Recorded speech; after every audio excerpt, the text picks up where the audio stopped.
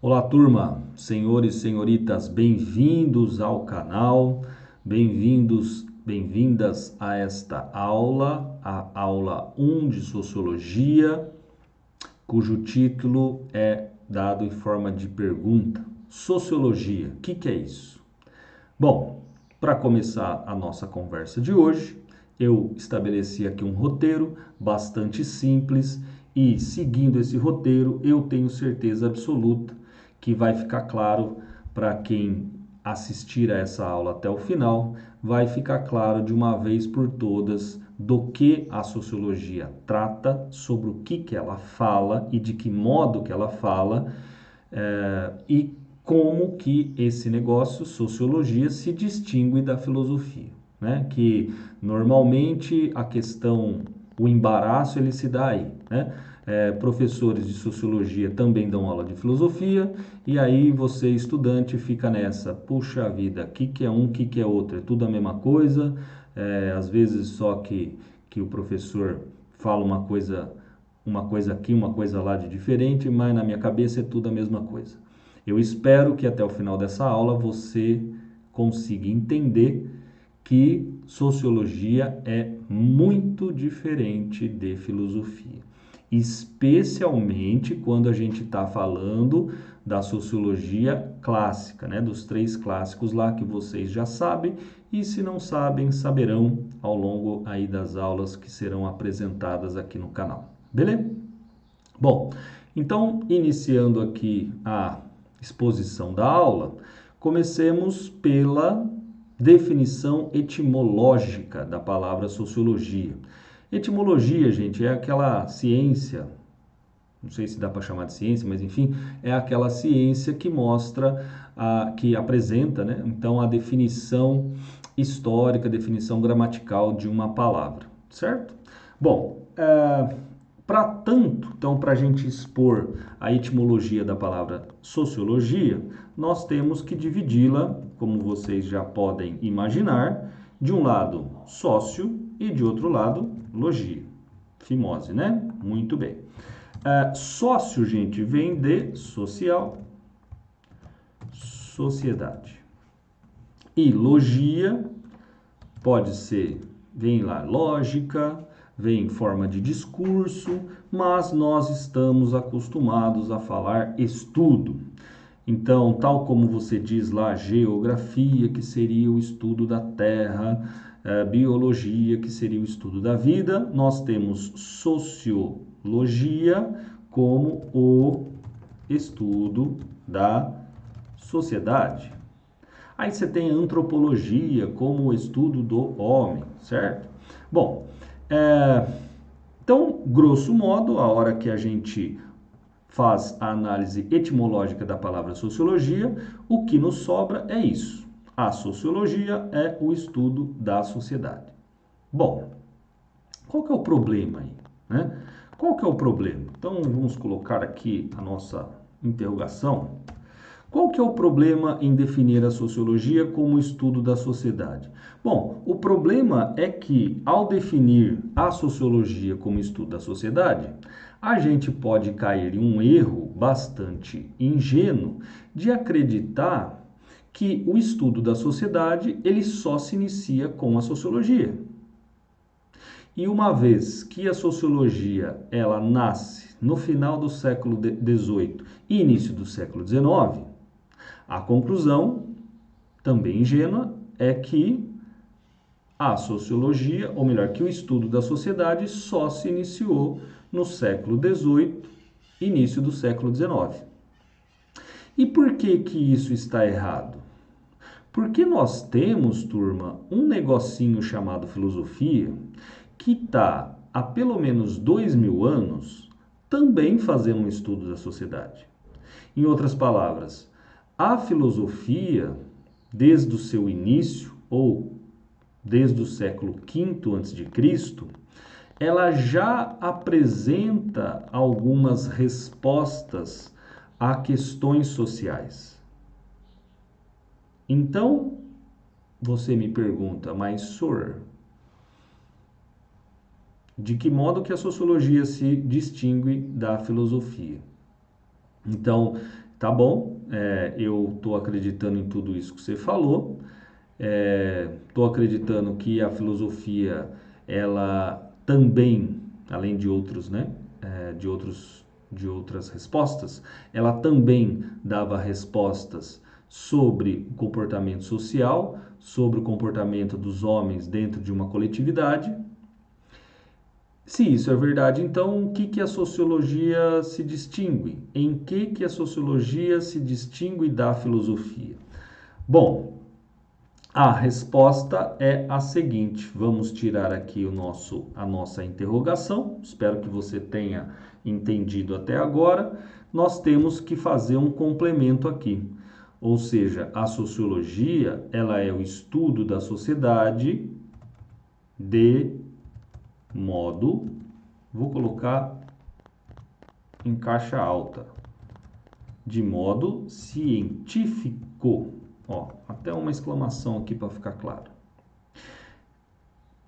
Ou seja, a distinção basilar, radical, essencial entre filosofia e sociologia é que, embora a filosofia ela tenha dado ao longo da sua história respostas sobre questões sociais, a sociologia ela dará respostas sobre questões sociais, mas com uma diferença de método.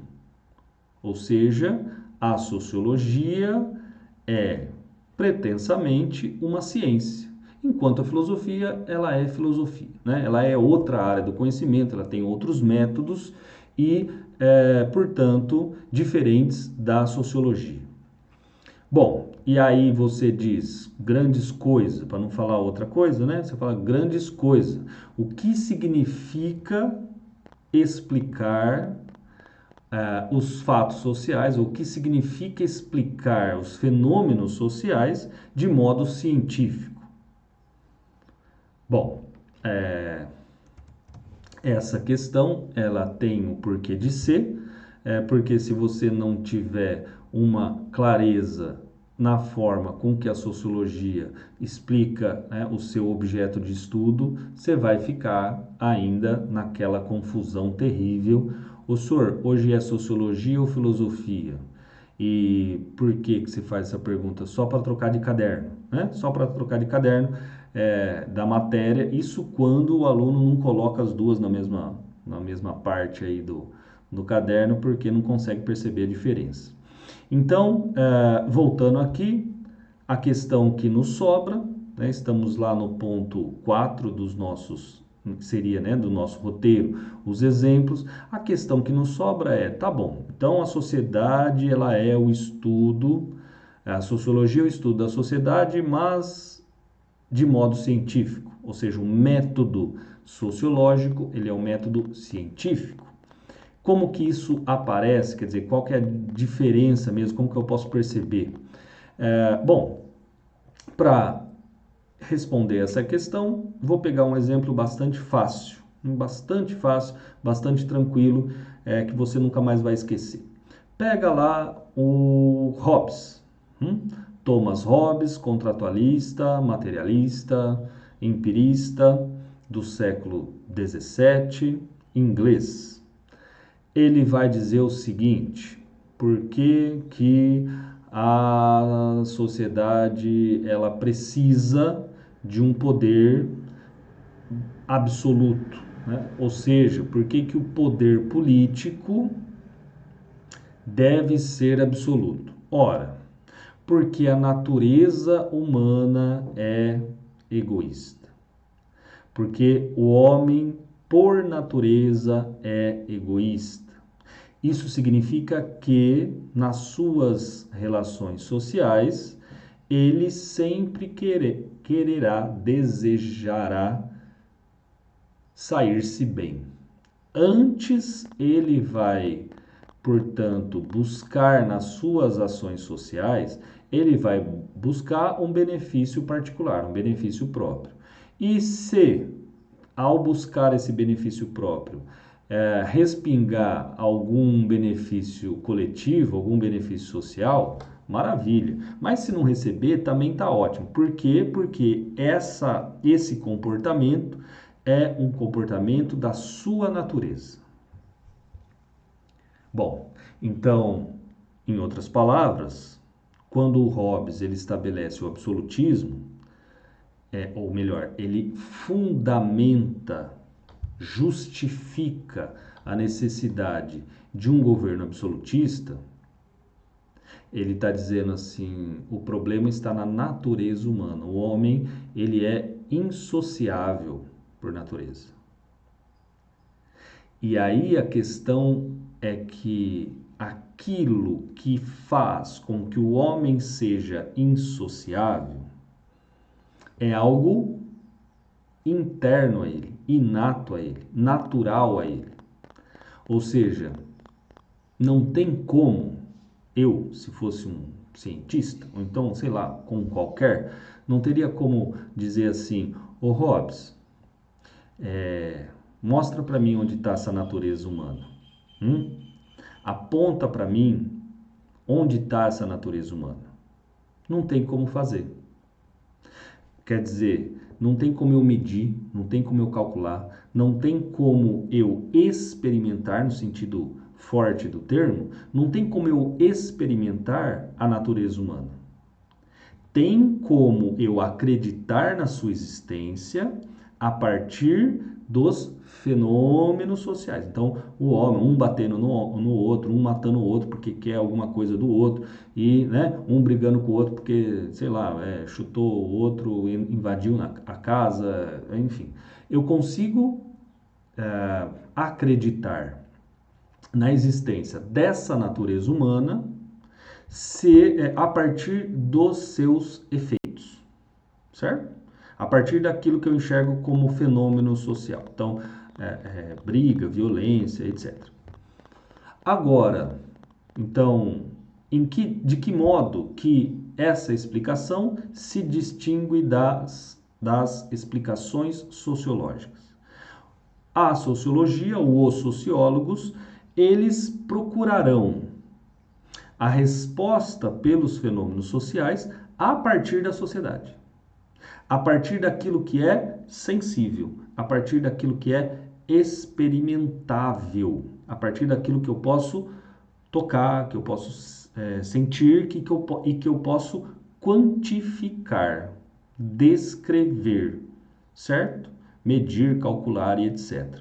Então, como que a sociologia ela poderia explicar um fenômeno social, né? Eu vou pegar aí como um exemplo, para ver se fica bastante claro, vou pegar o exemplo de um classicão chamado Durkheim, que vai falar sobre o suicídio.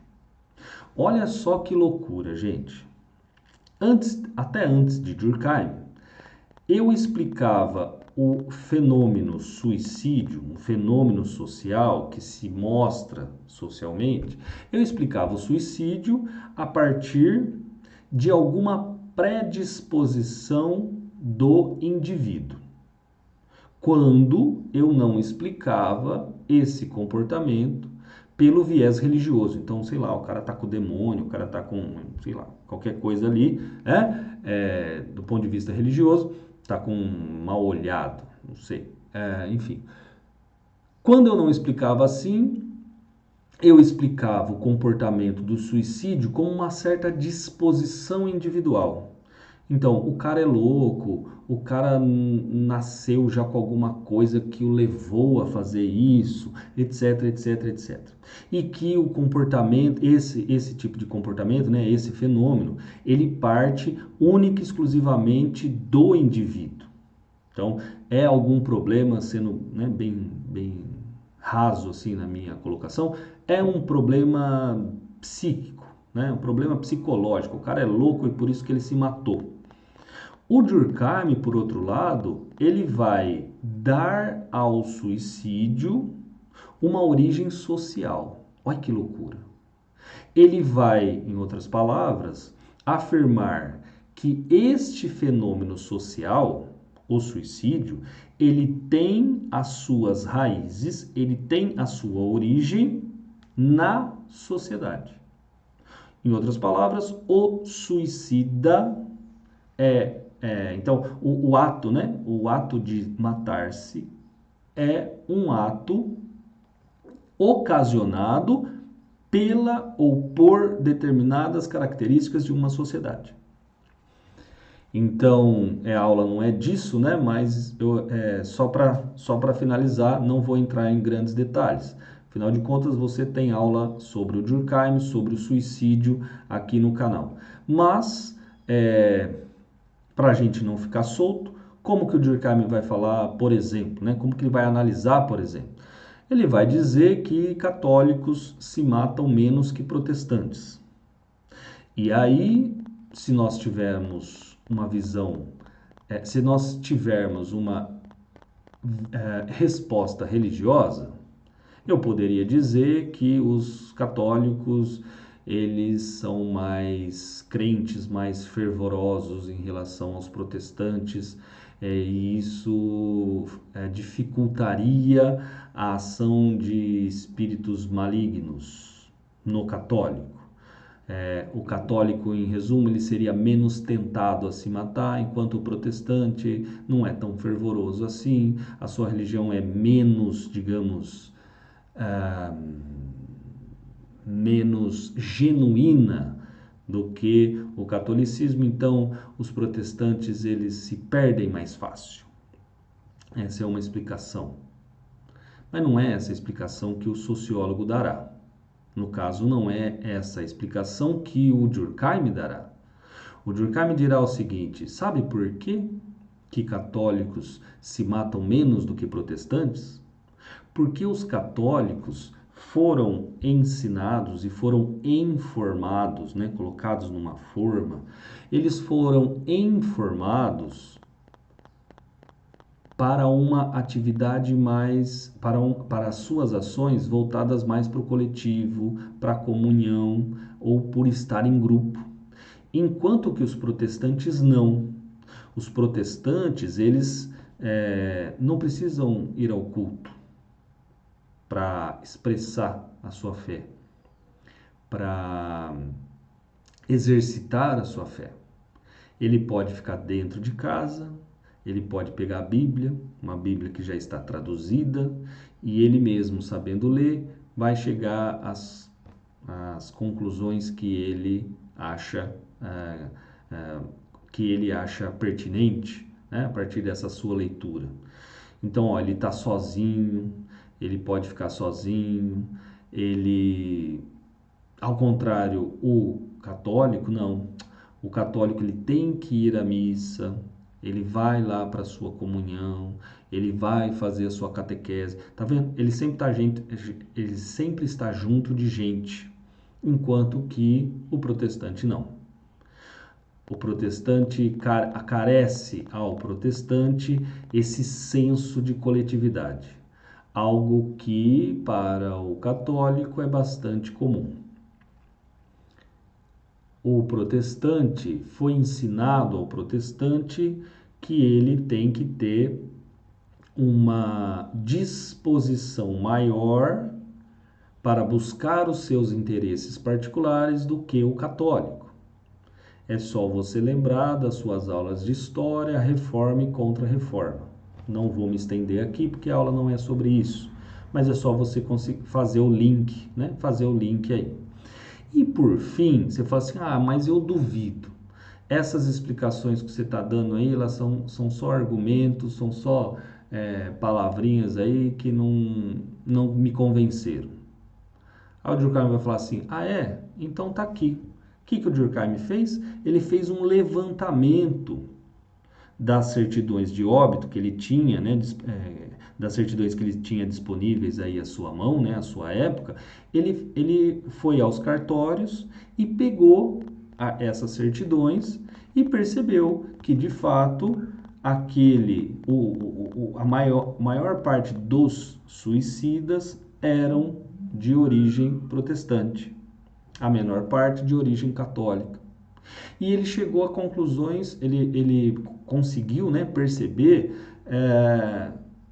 além dessa distinção entre a fé, né, das pessoas, a fé não, né? Eu diria a prática, né, religiosa, ele percebeu que as mulheres se matam menos do que os homens. E por quê? Porque as mulheres, elas normalmente têm filhos, esses filhos, tá vendo? Dá essa ideia de coletividade, de obrigação para com o outro, enquanto o homem não. Enquanto o homem, ele ainda que casado, ainda que com filhos, ele sai de casa para trabalhar.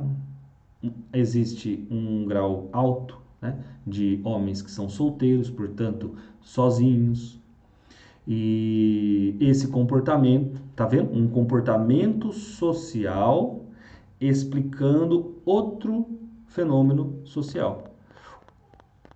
Um comportamento que pode ser visto, que pode ser quantificado, que pode ser medido, explicado a partir de resultado, né? Então, um comportamento social, então essa falta de coletividade, esse isolamento, um comportamento social ou um fenômeno social explicando outro fenômeno social, que é o suicídio.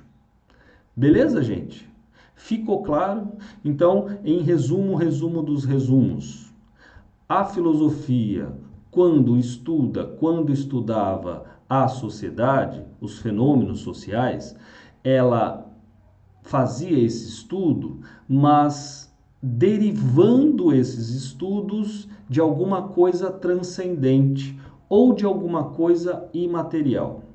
Em especial, o conceito de natureza. Existe na natureza humana determinado comportamento e esse comportamento vai ser refletido socialmente, certo? Então você tem alguma coisa imaterial que ocasionaria alguma coisa material. E a sociologia, por outro lado, não. A sociologia, ela não quer saber, ela não se preocupa, ela não se importa se existe algo de natural no ser humano. Ela vai explicar um comportamento social, um fenômeno social, a partir de outros fenômenos sociais. Então, em outras palavras, a sociologia ela vai ter como resposta para as questões que ela levanta a própria sociedade. A resposta para os comportamentos sociais estão na própria sociedade e, portanto, o objeto de estudo da sociologia são os fenômenos sociais, ou a sociedade de maneira geral. Beleza, turma? Entendemos? Espero que sim. Obrigado pela atenção de vocês, obrigado por assistirem a aula. Até mais, até uma próxima aula. Beijos, abraços, valeu!